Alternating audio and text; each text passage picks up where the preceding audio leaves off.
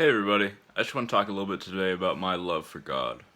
Loving God is to shun that which is most solidifying in society, that which supports greed, that which supports our idea of ourselves we like to entertain ourselves with, but not actually attain. To love God is something that spans religions. It even spans things beyond religion. Most religions have a certain element of dogma, but there are circles around the religions that are spiritual. In the religions, most definitely, but around the religions. There are certain feelings of love that one has for the entire universe that does not connect to the dogma within religions. One may call this spirituality. One may call it anti-materialism. And there are even some people who don't believe in God, but feel the same love that God is in unity.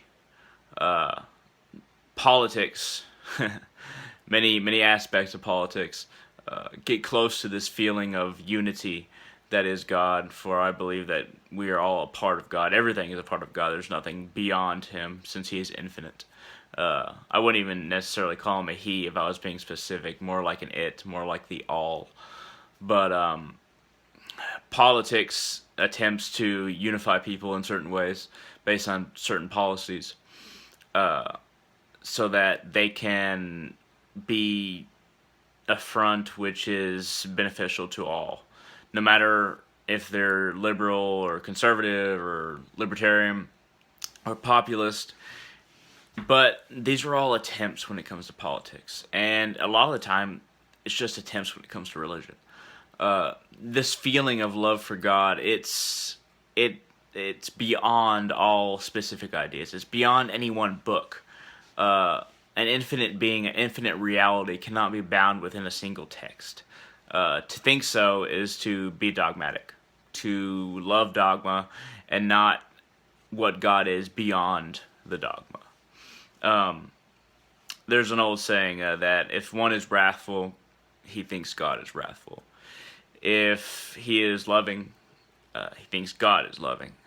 And if I were to fall into one of those two categories, I'd say that I think that God is loving. Because I do think that God is more of a father than a wrathful dominator of reality, creator of reality. I think that God is desiring to sustain this reality that He's created, and to understand that when it does end, there is something that needs to exist beyond, needs to exist after and in a new reality, and that is the soul. And that's why God created the soul. That's why every single thing in creation is connected to that same soul, that unifying soul that is only divided by illusion. Maya in Hinduism, as we call it. And the love for God should not just end with oneself, with one's family, even one's country, and it even with the human race. It should extend beyond everything one identifies with. This is not easy, and this is not sustainable for most people, but this is what we should shoot for. A love that embraces everything that it comes into contact with. That is true light. And darkness is that which is before and after this light, but ultimately will be consumed by this light, because darkness is but a state without light and is nothing in and of itself but corruption.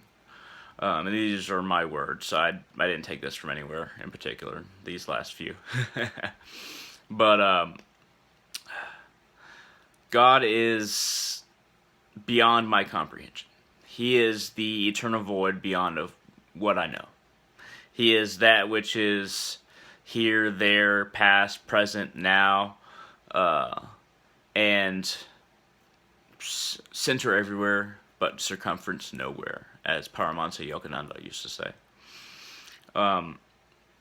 This is how I believe the love for God should be, and how God operates, in my opinion. All-encompassing, all-illuminating. And I'd love to hear what anybody else has to think about God.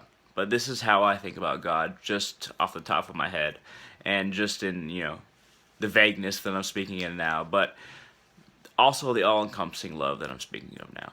So, thanks everybody for watching, and feel free to comment or like, and I'd love a subscription or two.